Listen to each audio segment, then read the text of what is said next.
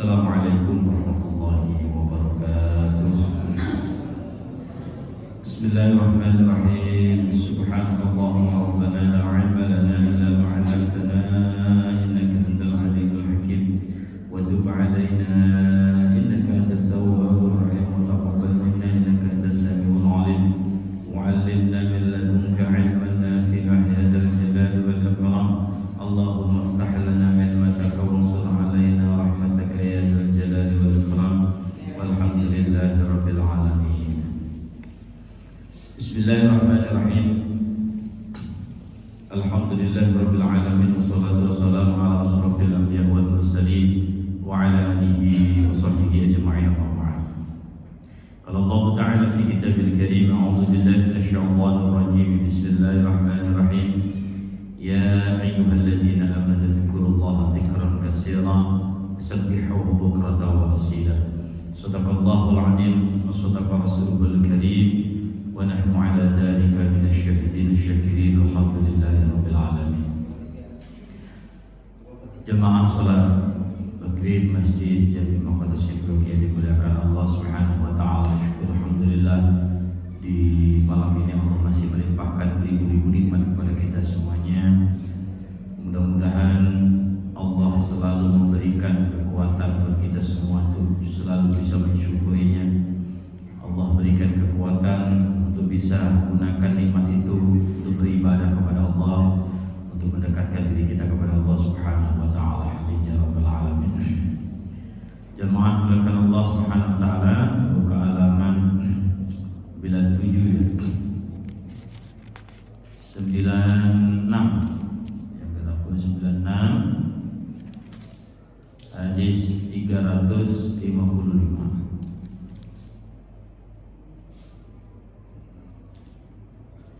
Bismillahirrahmanirrahim. Qala musannif rahimahullahu ta'ala wa nafa'ana bihi wa bi'ulumihi fid dharain amin.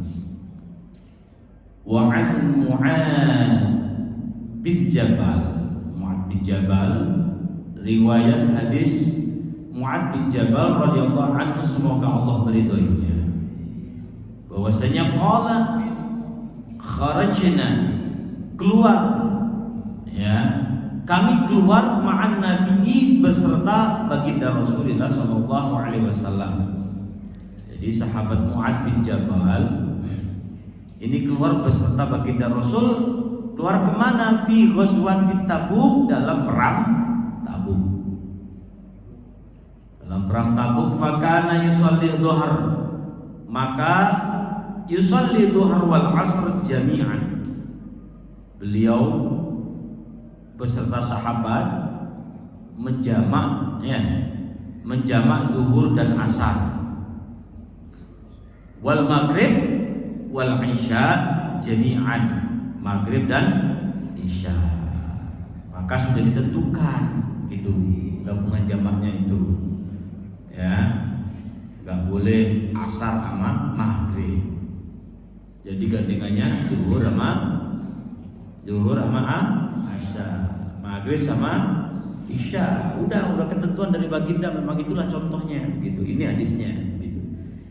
Emang nggak boleh maghrib sama asar umpamanya begitu. Ya nggak bisa dijamak subuh dan nggak bisa diapa-apain.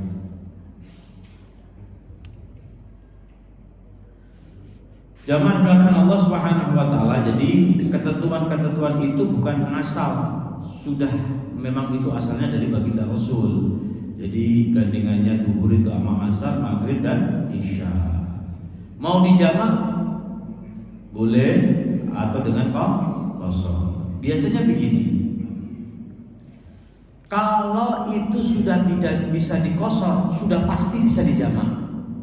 Tapi kalau sholat itu bisa dijamak, belum tentu bisa dikosor, gitu ya.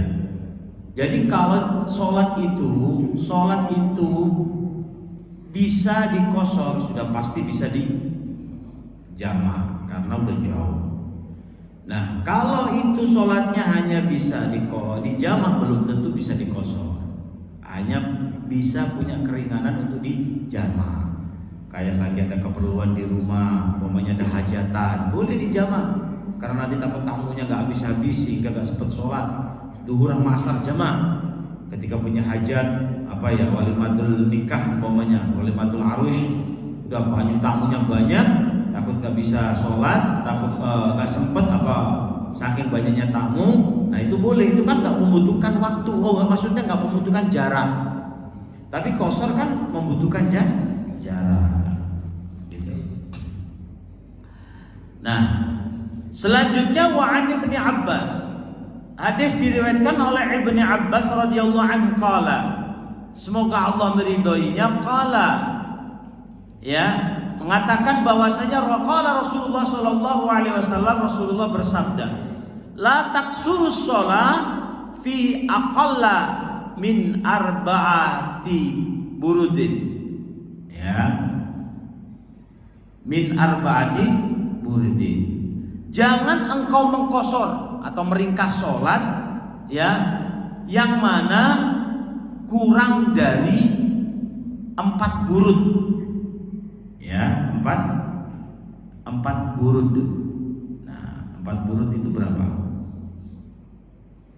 4 burud atau buret bisa, atau kalau jangan barid, kalau barid bermakna dingin, barid bisa bermakna dingin. Kalau burud atau buraid, burud atau buraid, kalau jamaknya buraid, jamaknya burud, jamak taksirnya ya. Kalau buraid masih mufradnya. Nah ini harus ada 4 burud. 4 burud itu, ya, kalau diistilahkan, kalau dikilokan, ya, di sini sama dengan 48 mil, gitu.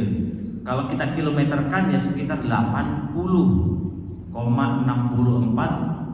kilometer.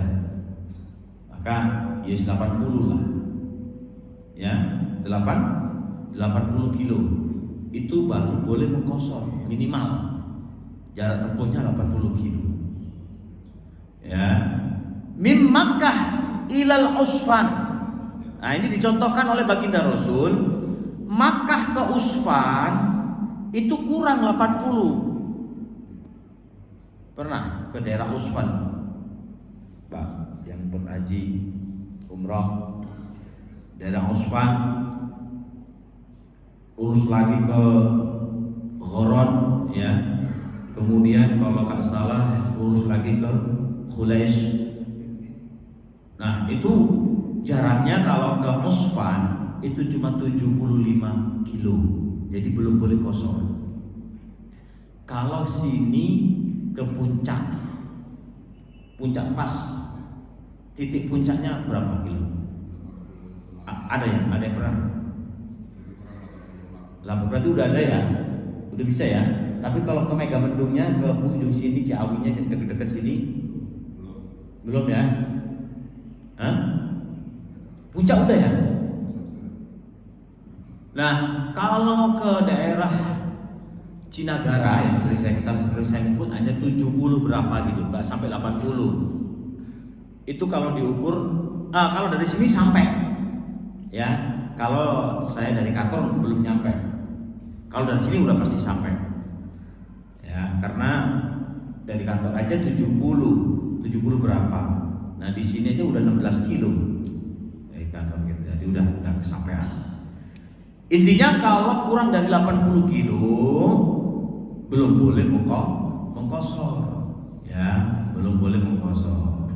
Ya pokoknya dikira-kira, ya. Nah, hitungannya bukan dari keluar rumah loh ya, hitungannya keluar desa, keluar kelurahan, hitungannya, ya. Kalau umpamanya sini Kreo berapa? Ada 2 kilo, ya. Lebih ya. Nah, pokoknya dihitungnya itu setelah keluar desa, setelah keluar kampung, begitu, keluar kelurahan mana? Ya, kelurahan kalau di sana ya kelurahan Gagah, di sini kelurahan apa? Gagah ya, masih ada, masih Gagah ya. Gitu. Pokoknya keluar kelurahan lah, itu baru dihitung berapa kilo. Kalau nyampe 80 baru boleh dikosor. Duhur jadi 2, asar jadi 2. dan tidak boleh diseling-selingi sholat lain, harus langsung qomat lanjut sholat asar kalau jamak takdim, ya begitu. Nah kalau jamak takhir, mana yang lebih dulu?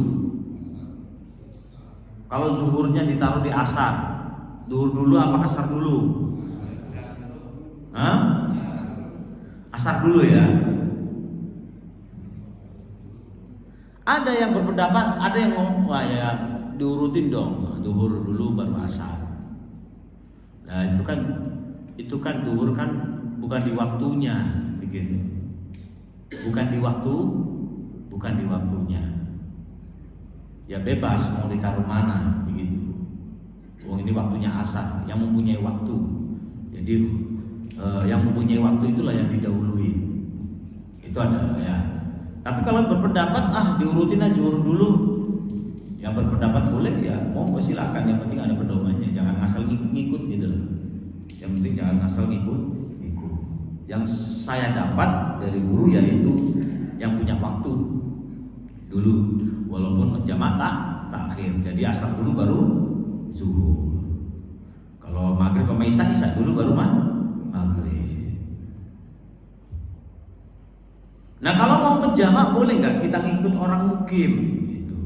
Ya, ada yang mengatakan boleh, ada yang tidak mengatakan, ada yang tidak membolehkan. Kalau Imam Syafi'i nggak boleh. Jadi kita pergi nih sholat zuhur, pas sampai rest area itu zuhur azan. Nah kita ngikut apa kita jamaah sendiri? Gitu.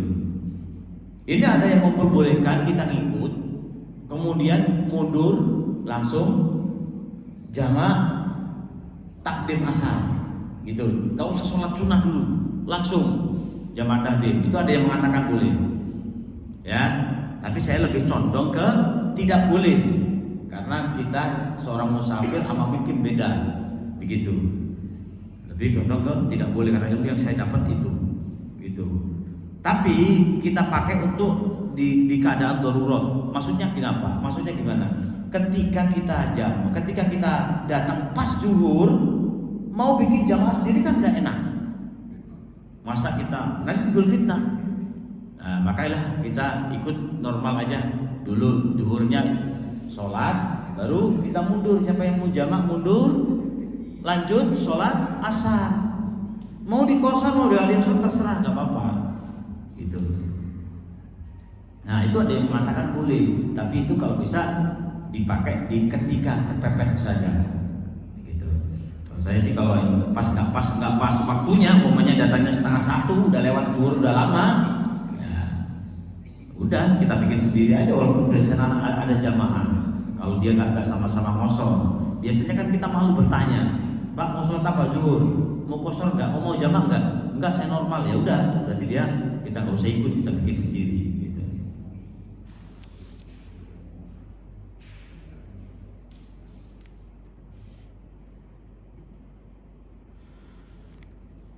Jadi ketika kita di rest area apa ini sering terjadi ya. Sholat, sana sholat, sini ada sholat. Sana sholat, bahkan ada 3 jamaah begitu. Ada 3 jamaah. Nah ini kalau kita tahu ilmu, ya udah kalau memang kita yakin ya. Kecuali begini.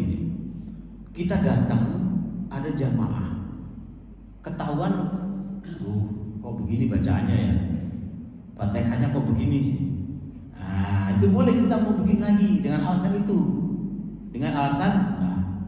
kita merasa nggak nyaman dengan bacaan yang dibaca imam kan namanya tempat umum nggak tahu, ya kan? Nah, tapi ya tetap kalau bisa tunggu itu selesai karena untuk menjaga fitnah, gitu kalau bisa. Ya nanti kalau udah dia baru mulai, wah baru baca Fatihah kayak gini Fatihahnya. Nah, kalau Fatihahnya masih standar, masih nggak terlalu fasih tapi standar udah dikatakan betul lah, nggak terlalu fasih tapi udah betul Fatihahnya. Nah, kita ikutin aja, jangan bikin jamaah sendiri, ya begitu. Nah kalau kita umpamanya sholat zuhur, sholatnya siri nggak ketahuan, ya udah kita husnudzon aja, husnudzon bacaannya bagus, udah ngikut aja, begitu. Jangan bikin jamaah sendiri.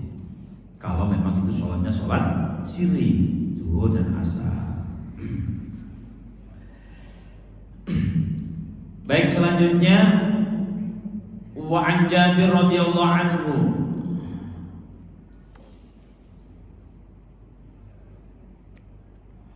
Wa an Jabir radhiyallahu taala anhu.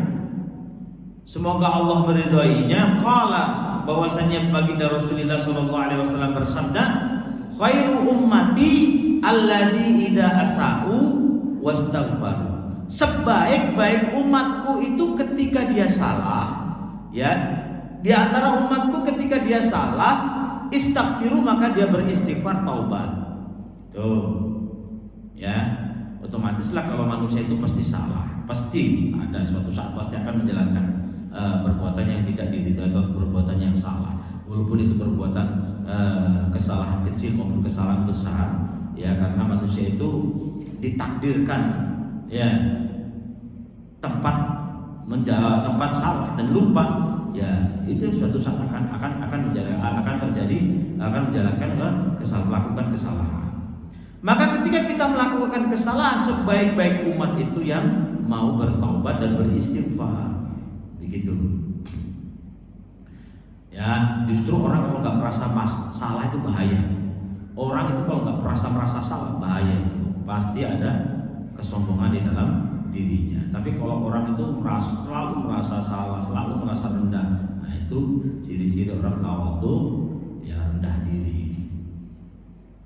Selalu berbanyak istighfar, selalu berbanyak ibadah untuk menutupi, untuk menghapus semua kesalahan. Karena pesan baginda Rasulullah, ittaqillah haitsuma kunta, kemudian wa'adbi sayyi'ata bil hasanati tamquha. Itu jadi ikutilah, ya, perbuatan buruk itu dengan perbuatan baik agar terhapus perbuatan buruk itu. Jadi selalu gitu. Tapi ya jangan saya berbuat buruk, nanti saya ikutin perbuatan baik, disengaja perbuatan buruk itu disengaja, jangan. Ya, udah saya maksiat dulu, nanti saya taubat beramal. Nggak boleh begitu. Kalau memang sudah terlanjur gitu loh, ya. Intinya kesalahan itu, Pak, kalau bisa kesalahan itu jangan sampai disengaja, jangan sampai diniati.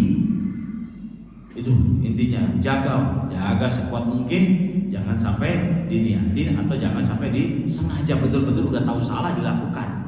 Itu kalau bisa sih, ya.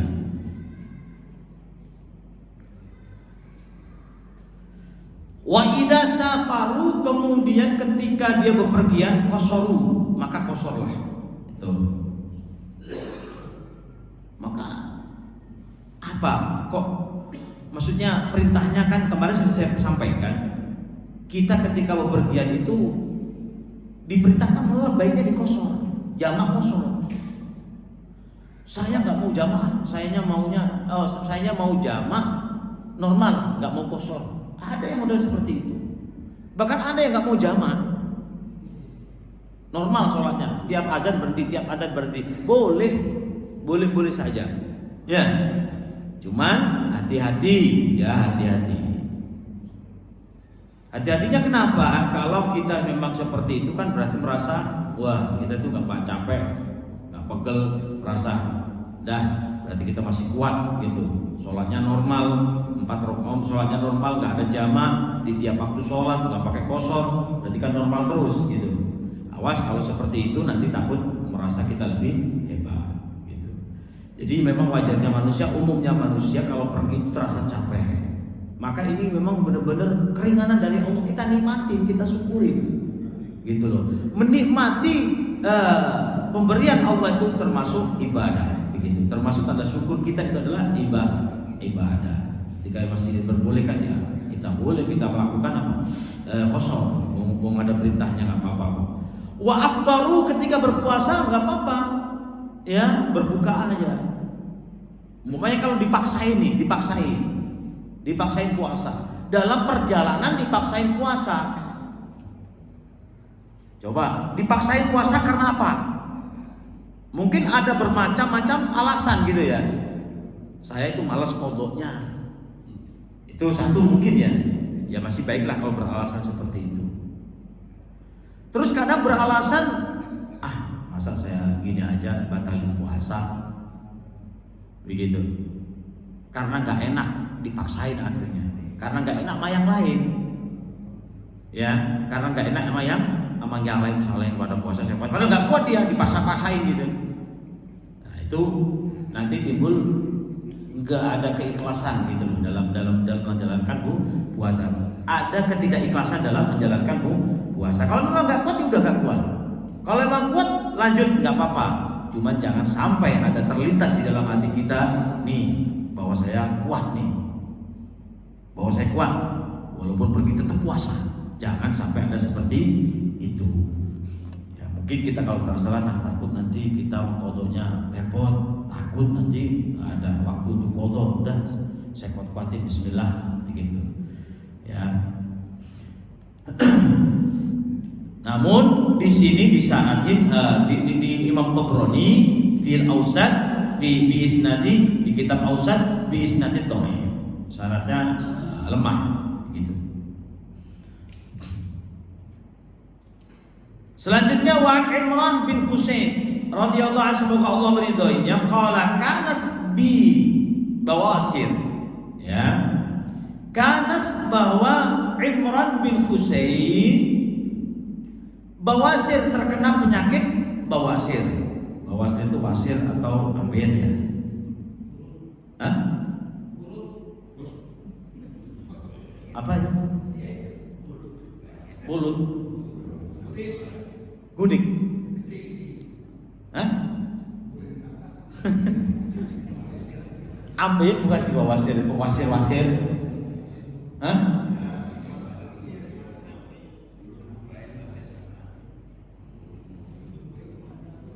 Nah, Imran bin Husain ini terkena penyakit bawasir atau wasir.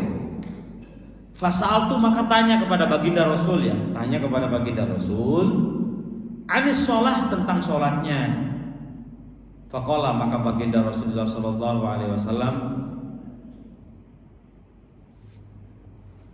sholli qa'iman, sholatlah engkau dengan berdiri, fa ilam tastati fa qa'idan, maka dengan duduk. Kalau masih bukan berdiri ya udah duduk. Nah kalau duduk kan biasanya sakit malah, pantatnya umpamanya gitu.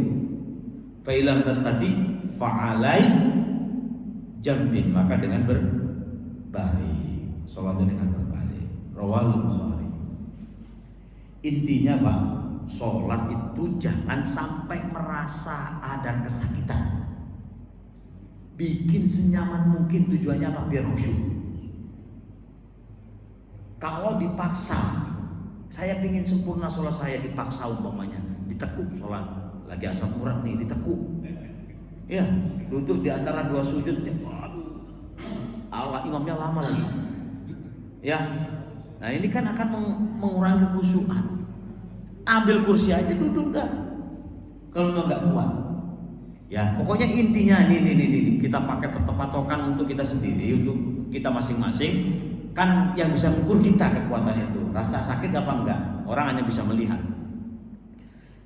Sholat itu jangan sampai ada rasa sakit. Maka ya di dalam tafsir Ibnu Katsir, ketika kita sholat nahan kencing, nahan buang air besar, itu dianggap gak sholat. Dianggap gak sholat itu Pak. Mungkin walaupun saya bahkan hadis yang ekstrim dianggap gak ada sholat, atau nggak ada pahalanya yang jelas, itu dianggap nggak ada sholat. Begitu, walaupun sudah gugur kewajibannya, mungkin nggak ada pahalanya sama sekali. Karena otomatis umumnya manusia ketika sholat menahan kencing, menahan buang air besar, itu pasti nggak khusyuk, itu pasti udah. Namun dalam fikih masih di ini lagi, ya diteliti apa di berbagai ijtihad ulama, kalau memang itu terasa buang airnya itu di akhir rokaat, di akhir rokaat gitu, nah itu boleh ditahan. Tapi kalau masih di awal-awal, udah batalin aja. Kalau masih udah di akhir-akhir, itu ada yang memperbolehkan tahan, karena takut nanti gak ada jamaah lagi, sayang pahalanya. Tapi ya gimana lah cara menahannya? Ya, jangan sampai benar-benar udah gak kuat ditahan malah kentut. Ya, ini repot malah batal. Ya pokoknya kita sendiri yang bisa merasakan Kalau memang betul-betul nggak kuat, ya masih rokaat awal, rokaat apalagi masih rokaat awal ya udah langsung batalin aja. Kalau rokaat akhir pikir-pikir dulu, maksudnya nanti kita ada sholat nggak ya, nanti kita ada jamaah nggak ya, kalau saya batalin. Karena itu rokaat terakhir. Kalau bisa ditahan-tahan, kalau nggak ya udah, gimana lagi? Kalau bisa ditahan, ya jangan ditahan gitu. Nah, kemudian wa an Jabir radhiyallahu anhu ta'ala anhu. Hadis diriwayatkan oleh Jabir. Ada Nabiu maridan, ya, fara'au yusalli ala wisadah. Ya. Jika baginda Rasulullah sallallahu alaihi wasallam melihat seseorang sholat di atas bantal. Pernah kita sholat di atas bantal, Pak? Di atas kasur? Ya yang kumpul lah yang penting. Pernah nggak? Lagi sakit sholat di atas kasur, Pak. Ya kita istilahkan ini bantal. Wisadah itu bantal artinya yang kumpul lah, walaupun bukan bantal, yang kumpul. Faroma biha, Rasulullah mengambil kemudian melempar bantal itu. Wa qala, Rasulullah mengucapkan sholli alal ard, sholatlah di atas tanah. Dah di bumi sholat gitu. Ini stata'na apabila engkau enggak mampu. Ya, apabila engkau mampu maksudnya sholat di bumi. Wa illa, ya, fa'aumi ima'an, apabila engkau tidak mampu maka dengan isyarat saja. Umpamanya ini enggak kuat, kakinya enggak kuat, kasih yang bumbu, ya udah dengan duduk terus isyarat. Duduk aja, kemudian dengan isyarat saja duduk. Waj'al sujudaka, jadikan sujudmu ahfadha min ruku'iha, lebih rendah dari rukukmu. Pokoknya sholatnya sambil duduk begini karena udah gak kuat sujud, ya duduk. Yang penting rukuknya itu, sujudnya lebih rendah daripada rukuknya, isyaratnya. Ini rukuk, nah sujud agak rendah lagi. Begitu, itu cara kalau kita sambil duduk, sholatnya sambil duduk. Maka begini, Pak, saya juga kurang, kalau kita kembalikan ke hadis ini, ada kita ketika sholat sekarang itu kan sajadah yang model bumbu itu, Pak. Yang tebel-tebel itu sajadahnya itu. Nanti takutnya kan hadis ini, ya kalau memang nggak ada apa-apa ya udah yang normal aja, sajadahnya yang normal aja, jangan yang kayak kasur, ya gara-gara terasa empuk gitu. Pakai sajadah yang normal aja, ya karena takut kena hadis ini seperti bantal gitu, karena keempuan, karena ketebelan adanya apa sajadahnya. Terakhir, wa an Aisyah radhiyallahu anha qalat, hadis diriwayatkan oleh Sayyidah Aisyah radhiyallahu anha, semoga Allah meridhai beliau, qalas mengatakan, ra'aitun nabiyya, saya melihat Rasulullah sallallahu alaihi wasallam yusalli mutarabbi'an, salat dengan bersilah, ya rawahu Nisa wa Sahih Hakim. Jadi Rasulullah SAW kalau sholat sambil duduk itu bersilah, posisinya silah gitu, duduk silah begitu, Pak, ya. Itu bukan duduknya kayak di antara dua sujud, bahkan di tahiyat akhir enggak, tapi sholat kalau duduknya itu bersilah. Ini Rasulullah pernah terlihat oleh Sayyidah Aisyah radhiyallahu anha, sholatnya kalau duduknya itu bersilah, kalau di lantai duduknya itu. Karena apa? Bersilah itu lebih khusyuk daripada duduk-duduk di antara yang lain gitu, lebih kuat gitu, ya bersilah itu. Mutarabbi'an, duduknya bersilah. Baik, sampai sini wallahu a'lam bishawab. Ada pertanyaan? Ayo soal. Oke, Pak. Silakan. Assalamualaikum. Begini Ustaz, yang saya tanyakan terkait dengan sekarang ini tadi yang disampaikan soal sholat berjamaah. Kalau ditinjau dari dari segi hukum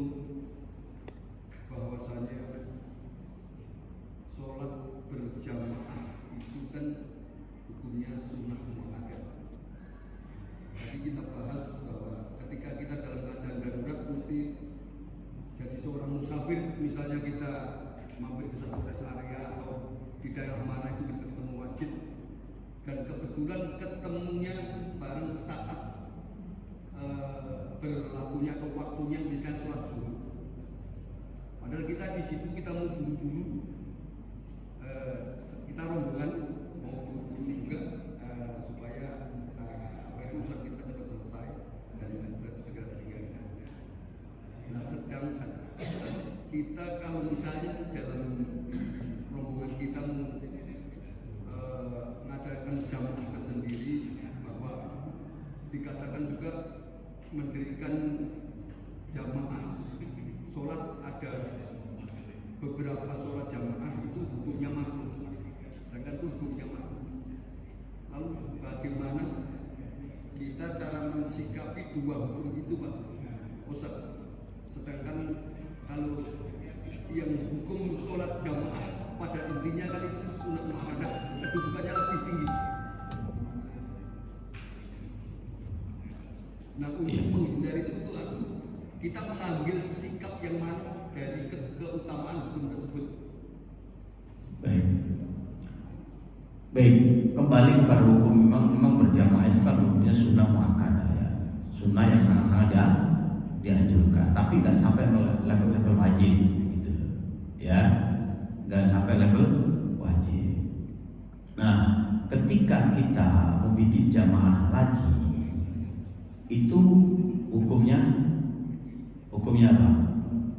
Ada yang bilang makruh ya, karena udah ada jamaah lagi begitu. Maka mana yang diutamakan? Nah, itu kan kalau kita memang mau bikin jamaah lagi karena kita sifatnya buru-buru. Ya kalau kita memang bisa mau nunggu selesai jamaah yang pertama itu ya, jamaah asli masjidnya itu udah gak ada masalah kan gitu ya, aman kan. Ini masalahnya kita mau buru-buru, kamu mau bikin jamaah lagi ya, mau bikin jamaah lagi ya. Nah, maka begini, maka seperti yang saya sampaikan tadi Pak, kalau kita mau buru-buru dan mau jamaah, ikut aja sholat langsung nanti jamaah. Berarti ikut mazhab yang membolehkan kita itu berjamaah kepada orang mukim. Karena terpaksa, karena untuk menjaga fitnah. Paham ini palangnya? Untuk menjaga fitnah, kita langsung aja ngikut. Nanti mundur langsung jamaah. Asarnya dilangsungkan, begitu. Nah, kalau nggak ada masa pas, nggak barengan, ya lebih baik kita jangan sampai ada jamaah yang bareng. Maksudnya, itu ada, momennya jamaah pertama ya, di jamaah yang asli jamaah pertama itu udah selesai, tinggal orang-orang musafir pada jamaah, ada yang jamaah begitu. Nah, kalau begitu kan kita tinggal gabung ya, kita tinggal gabung aja begitu, tinggal gabung, kemudian nanti kita mundur sholat apa? Sholat jamaah. Nah, kalau dilihat kok udah tahiyat akhir, udah tungguin aja. Kalau dilihat kok tinggal 1 rakaat, tungguin aja. Kita tungguin dia selesai, bikin jamaah lagi. Nah, begitu. Yang penting fitnah itu tetap kita terjaga. Menjaga fitnah itu wajib. Gimana caranya kita itu, perbuatan kita tidak menimbulkan fitnah, itu wajib. Terus kita jaga betul itu. Perilaku kita, ucapan kita, apapun jangan sampai menimbulkan fitnah, gitu. Nah, sedangkan jamaah cuman berlevel hanya muakkad, tetap sunnah, nggak ada hukum yang wajib. Mungkin ada sebagian kecil kemarin yang mewajibkan, itu pun bagi laki-laki doang. Ya, itu di masjid loh ya. Nah, seperti itu. Jadi tetap wajib, nggak boleh kalah dengan yang sunnah. Itu pada intinya. Menjaga fitnah wajib. Jamaah hanya sampai ke level sunnah yang sangat-sangat diatur, tapi nggak sampai level wajib. Berarti belum bisa mengalahkan jaga fitnahnya itu.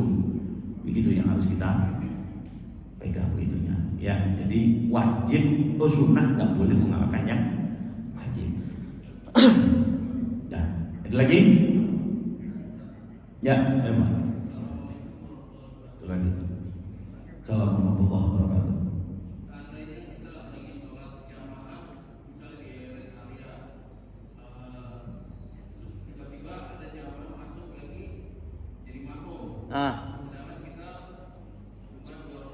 Sholat sunnah. Apa? Ikut ya.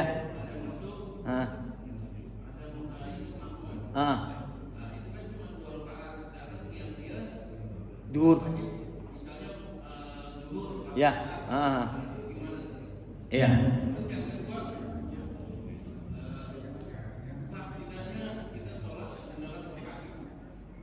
Bang, gunanya kaos kaki. Oke. Baik. Nah, kita posisi mau 2 rakaat kosor, diikutin jamaah lain mana yang itu hanya sholat zuhur biasa, nggak ada kosor. Boleh nggak? Boleh. Orang kita sholat ba'diyah diikutin aja boleh. Nanti biar nambah dia. Itu udah jelas boleh, gitu ya. Asal yang diikuti jangan pas sholat jenazah. Ya, ntar yang sholat jenazah diikutin ya. Sholat boem diikutin ya. Nah, itu jangan, beda, udah pasti beda itu gerakannya. Nah itu boleh Pak, gak apa-apa, kita tenang aja, kalau diikuti tenang aja. Dia biar nambah. Ya, pas kayak kemarin kejadian waktu pergi ke ini Pak. Kita bikin jamaah ya, kosor, yang ikut isya. Dia ngikut nambah 2 rakaat. Saya udah rakaat langsung salam. Mungkin dia kalau nggak tahu ilmu, nah kok 2 rakaat doang sholat isya ini. Nah, itu kalau nggak tahu ilmunya, kalau tahu ilmu dia nambah sendiri, udah paham. Dia nggak niat kosor, normal dia. Gitu. Terus hukum gimana pakai kaos kaki? Itu sah, nggak apa-apa. Ya nggak apa-apa, ditutup. Ya, sah-sah saja. Begitu. Kalau kita misalnya kita sudah tahu nih, itu ada orang sholat sunnah, karena kita istilahnya telat sholat jamaahnya, kita ingin dapat pahala sholat jamaah, ikut sholat orang sholat sunnah, itu bagaimana? Boleh nggak? Boleh. Oh boleh juga.